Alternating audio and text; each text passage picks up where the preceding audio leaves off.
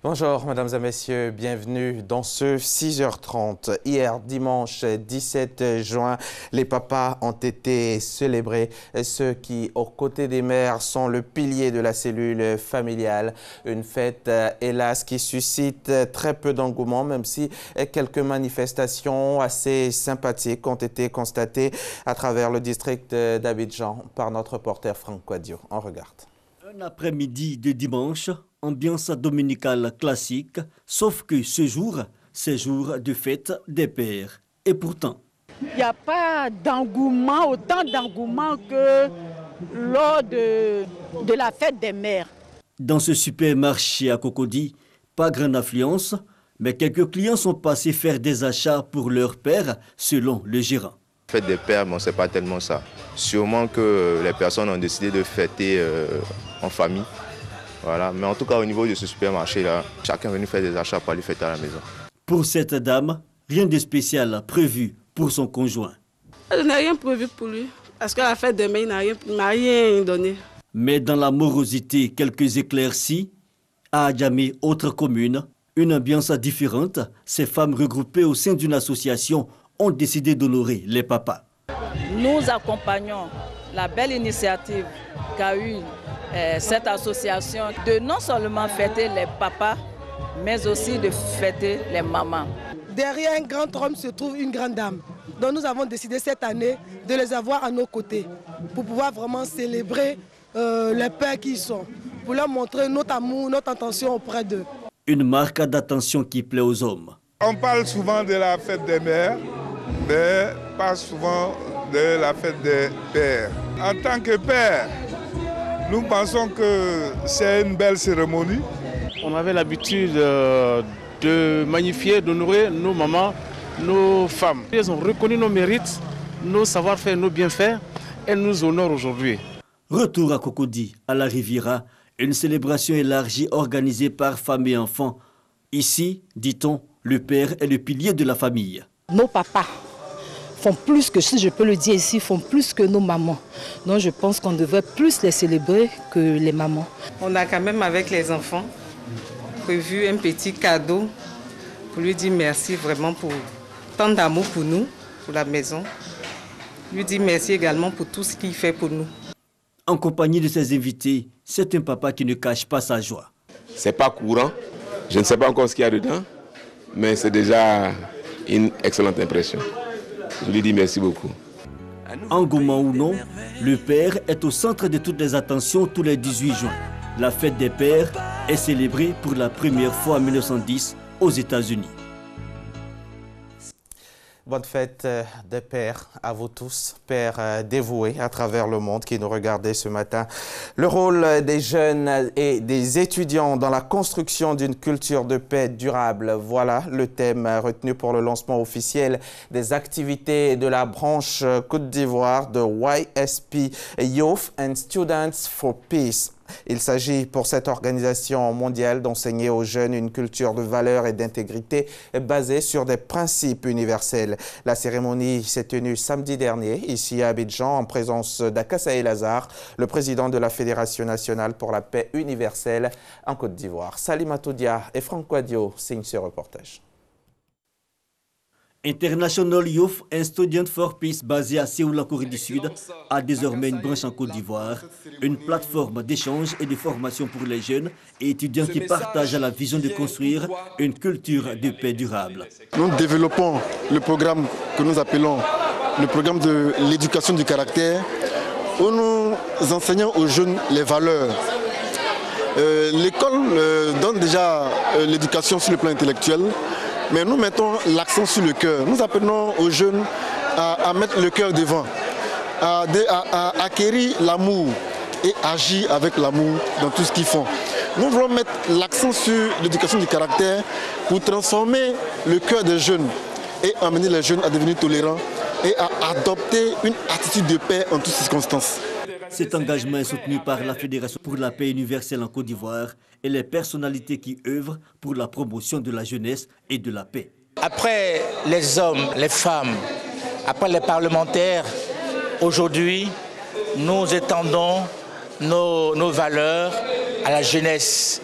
Cette jeunesse-là qui est la racine de l'humanité. Nous voulons qu'elle grandisse avec ces valeurs-là déjà ancrées en elle, dans son âme, dans son cœur. Les valeurs de paix, c'est essentiel. Si nous voulons bâtir un monde de paix, il faut commencer d'abord avec les jeunes. À travers ces sections d'Abidjan, de Yamoussoukro, de Gagnoa, de Diegonefla, Youth and Student for Peace Côte d'Ivoire a pour ambition faire naître de futurs leaders engagés pour une nation forte et émergente. Docteur Frédéric Edison est administrateur des services financiers. Il vient de mettre sur le marché une œuvre intitulée « Le contentieux fiscal en Côte d'Ivoire ». À travers cette œuvre, l'auteur, qui est à sa deuxième parution, veut amener le contribuable à connaître les procédures de réclamation afin d'éviter les conflits avec l'administration. La dédicace de l'œuvre a eu lieu le week-end dernier à la Chambre de commerce et d'industrie de Côte d'Ivoire en présence de notre reporter Franck Quadion. Après sa première œuvre intitulée « Le contrôle fiscal en Côte d'Ivoire » parue il y a 2 ans, le docteur Frédéric Edison Kassi vient de mettre encore sur le marché une autre œuvre dénommée « Le contentieux fiscal en Côte d'Ivoire ». L'ouvrage de 134 pages comprend 2 parties, le recours contentieux et le recours non contentieux. Pour l'auteur, cette œuvre vise à donner des pistes aux contribuables afin de connaître les procédures de réclamation.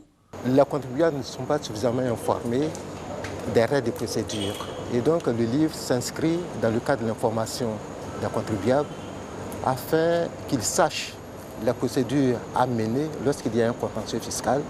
La première partie traite les questions de saisine, notamment l'autorité compétente à saisir, le droit d'agir, la qualité du requérant, la forme et le fond du recours. Elle traite également les procédures devant les juridictions répressives ou pénales. En ce qui concerne les recours non contentieux, l'ouvrage met en lumière le rôle de la commission de conciliation et de la commission paritaire mixte, fort peu saisie par le contribuable. Il n'y a pas d'État sans impôt et l'impôt constitue une ressource essentielle pour l'État. Et je pense que les États légifèrent. Donc je pense que trop d'impôts tue l'impôt, mais en Côte d'Ivoire, je ne pense pas qu'il y a trop d'impôts qui peuvent tuer par tant d'impôts. En éclairant le contribuable, le public, les enseignants et les étudiants sur les différentes procédures, l'ouvrage a vocation de favoriser de meilleures relations entre l'administration fiscale et les usagers. Un petit mot de culture dans ce journal. 15 ans d'existence, 20 trophées et plusieurs voyages à travers le monde. La compagnie Remde est aujourd'hui une référence de la danse patrimoniale connue sous l'appellation de danse traditionnelle, voire de la culture en Côte d'Ivoire. Grâce à la qualité de son travail, la compagnie Remde vend l'image de la Côte d'Ivoire à travers chacune de ses prestations à l'extérieur. Elle a présenté récemment ses récompenses à la population. C'était à la mairie de Yopougon.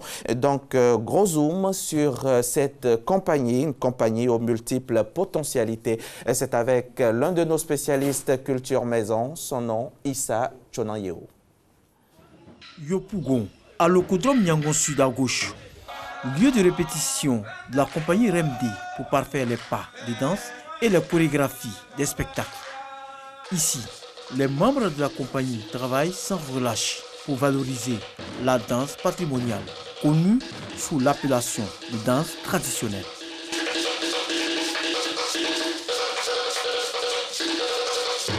Créée en 2003, la compagnie Remde permet à sa fondatrice Seri Yao de réaliser un rêve.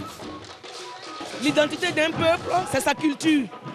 Et quand je suis rentré au pays après mes études à Montréal, j'ai vu que cette culture était en train de se dénaturer par la culture étrangère. Je me suis dit, en tant que bonne Ivoirienne, j'avais pour objectif et pour ambition de valoriser ma culture, la danse et musique traditionnelle. En 15 ans d'existence, la compagnie est une référence en Côte d'Ivoire.